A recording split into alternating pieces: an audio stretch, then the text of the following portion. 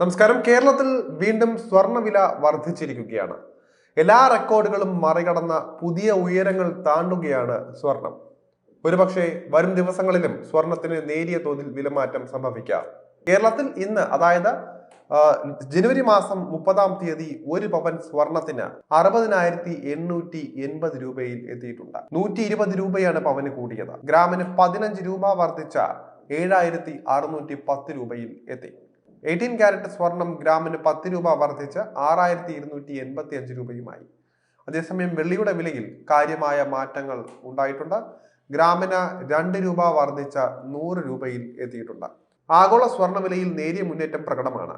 ഔൺസിന് $2,761 പുതിയ നിരക്ക്. ഈ മാസം 1-ന് ഒരു പവൻ സ്വർണത്തിന് 57,200 രൂപയായിരുന്നു കേരളത്തിലെ വില. ഇന്ന് 60,880 രൂപയായി മാറിയിരിക്കുകയാണ്. അതായത് 3,680 രൂപയാണ് ഈ ഒരു മാസം മാത്രം സ്വർണത്തിന് വില കൂടിയത്. സ്വർണത്തിൽ നിക്ഷേപിക്കുന്നത് ലാഭകരമാണ് എന്ന് ഇക്കാര്യം തന്നെ സൂചിപ്പിക്കുന്നുണ്ട്. അതുകൊണ്ട് തന്നെയാണ് കൂടുതൽ പേർ സ്വർണത്തിലേക്ക് ആകർഷിക്കപ്പെടുന്നത്. എത്ര വില കൂടിയാലും സ്വർണം ആളുകൾ വാങ്ങുന്നതും ഇതുകൊണ്ട് തന്നെയാണ്. നിരവധി ഘടകങ്ങളാണ് സ്വർണ്ണവില ഉയരാൻ പ്രേരിപ്പിക്കുന്നത്. അമേരിക്കൻ ഫെഡറൽ റിസർവ് പലിശ നിരക്കിൽ മാറ്റം വരുത്തേണ്ട എന്ന് തീരുമാനിച്ചിരിക്കുന്നു. എങ്കിലും വരും മാസങ്ങളിൽ മാറ്റങ്ങൾക്കുള്ള സാധ്യത നിലനിൽക്കുകയും ചെയ്യുന്നുണ്ട്. ക്രൂഡ് ഓയിൽ വില കുറഞ്ഞു വരികയാണ്. ബിറ്റ്കോയിൻ വില ഉയർന്ന നിരക്കിൽ തന്നെ തുടരുകയും ചെയ്യുന്നുണ്ട്. ഡോളർ സൂചിക വലിയ മുന്നേറ്റം നടത്തുന്നില്ല. ഇന്ത്യൻ രൂപ കരുത്ത് തിരിച്ചു പിടിക്കാനാകാതെ കുഴങ്ങി നിൽക്കുകയാണ്.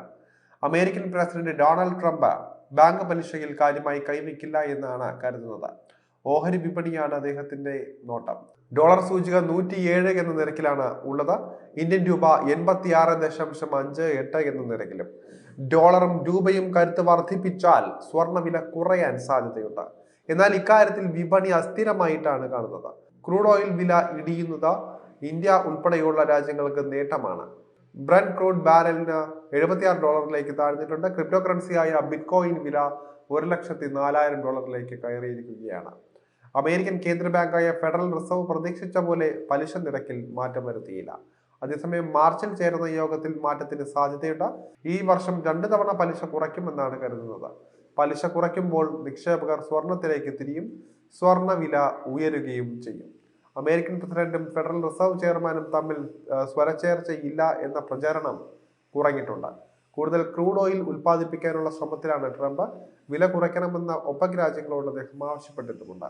എന്നാൽ സൗദി ഉൾപ്പെടെയുള്ള ഒപെക് രാജ്യങ്ങൾ ഇക്കാര്യം പരിഗണിക്കാൻ സാധ്യത കുറവാണ്.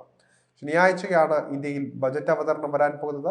സ്വർണ്ണ ഇറക്കുമതി നികുതി കൂട്ടിയാൽ സ്വർണ്ണ വില വർദ്ധിച്ചേക്കും. ഒരുപക്ഷെ ഈ ഒരു 60,000 റേഞ്ചിൽ നിന്ന് ഒറ്റയടിക്കായിരിക്കും 80,000 വരെ എത്തുക പവന്.